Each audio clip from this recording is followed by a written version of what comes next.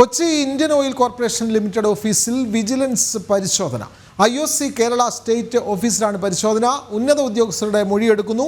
തിരുവനന്തപുരത്തു നിന്നുള്ള special investigation യൂണിറ്റാണ് പരിശോധന നടത്തുന്നത്. വിവരങ്ങളുമായി ജിജീഷ് കരുണാകരൻ ചേരുന്നു. ജിജീഷ്, ഇന്ത്യൻ ഓയിൽ കോർപ്പറേഷൻ്റെ ഓഫീസിലാണല്ലോ വിജിലൻസ് പരിശോധന നടക്കുന്നത്.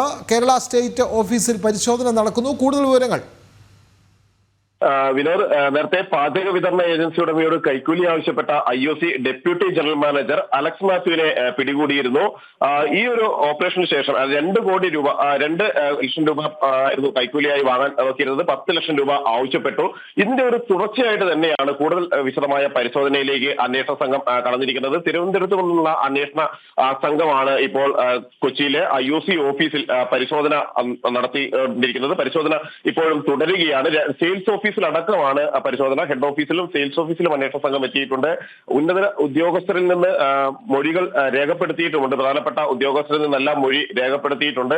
സാധാരണ നിലയിൽ ഇത്തരം കാര്യങ്ങൾ കൈകാര്യം ചെയ്യുമ്പോൾ അതുമായി ബന്ധപ്പെട്ട് എങ്ങനെയാണ് സുതാര്യമായ നടപടികൾ പൂർത്തിയാക്കിയിരുന്നത്, ഒപ്പം നേരത്തെ നൽകിയിട്ടുള്ള പാചകവാതക സിലിണ്ടറുകളുമായി ബന്ധപ്പെട്ടുകൊണ്ട് കണക്ഷനുകളുമായി ബന്ധപ്പെട്ട് ഏജൻസികളുമായി നടത്തിയിട്ടുള്ള ഇടപാടുകൾ എന്നിവ സംബന്ധിച്ച് എല്ലാം തന്നെയുള്ള വിവരങ്ങളാണ് പ്രധാനമായും തേടുന്നത്. നേരത്തെ തന്നെ ഇതുമായി ബന്ധപ്പെട്ടുകൊണ്ട് ജനറൽ മാനേജർ അലക്സ് മാത്യുവിന്റെ വീട്ടിൽ അന്വേഷണ സംഘം പരിശോധന നടത്തിയിരുന്നു.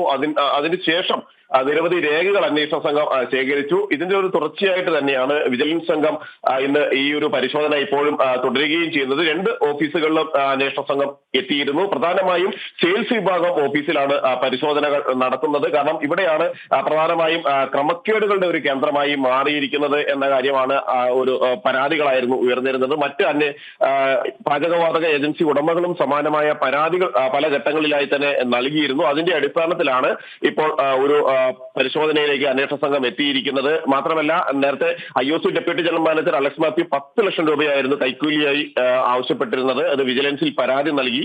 പരാതി വിജിലൻസ് ഡയറക്ടർക്ക് കൈമാറുകയായിരുന്നു. തുടർന്ന് വിജിലൻസ് വളരെ ആസൂത്രിതമായി തന്നെ തന്ത്രപൂർവ്വം ഈ ആളെ പിടികൂടുകയായിരുന്നു. പണം വാങ്ങുമ്പോൾ കൈയോടെ പിടികൂടി. അത് തെളിവുകൾ സഹിതമായിരുന്നു പിടികൂടുകയും ചെയ്തത്. അതിനുശേഷം നിരവധി ആളുകളെ, ബന്ധപ്പെട്ട ആളുകളെ ചോദ്യം ചെയ്തു. ചില രേഖകൾ പിടിച്ചെടുക്കുന്നതിന്റെയും പരിശോധിക്കുന്നതിന്റെയും ഭാഗമായിട്ടാണ് ഇപ്പോൾ IOC ഓഫീസിൽ ഉദ്യോഗസ്ഥരെത്തിയിട്ടുള്ളത്. ഈ പരിശോധനയ്ക്ക് ശേഷം മറ്റു ചില ചോദ്യം ചെയ്യലുകളിലേക്ക് കൂടി അന്വേഷണ സംഘം കടക്കുമെന്ന് തന്നെയാണ് വ്യക്തമാകുന്നത്. സമാനമായി തന്നെ IOC ഉദ്യോഗസ്ഥർക്കെതിരെയും എല്ലാം തന്നെ നിരവധി പരാതികൾ ഉയർന്നിരുന്നു. ഇത്തരത്തിൽ പെട്രോൾ പമ്പുകളുമായി ബന്ധപ്പെട്ട് അടക്കമായിരുന്നു ഈ പരാതികൾ ഉയർന്നിരുന്നത്. ഈ പരാതികളിൽ കൂടി വിജിലൻസ് വിശദമായി തന്നെയുള്ള അന്വേഷണം നടത്തുന്നുണ്ട്. വിജിലൻസ് തിരുവനന്തപുരം യൂണിറ്റിൽ നിന്ന് സ്പെഷ്യൽ അന്വേഷണ സംഘമാണ് ഇപ്പോൾ ഈ പരിശോധനയ്ക്ക് നേതൃത്വം നൽകുന്നത്. SP-യുടെ നേതൃത്വത്തിലാണ് അന്വേഷണം നടക്കുന്നത്.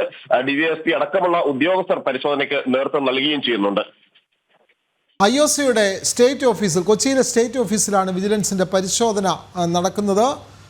കൂടുതൽ രേഖകൾ കണ്ട് എടുക്കുന്നു എന്നുള്ള വിവരങ്ങളാണ് പുറത്തു വരുന്നത്. വിവരങ്ങൾ നൽകുകയായിരുന്നു കൊച്ചിയിൽ നിന്നും ജിജീഷ് കരുണാകരൻ.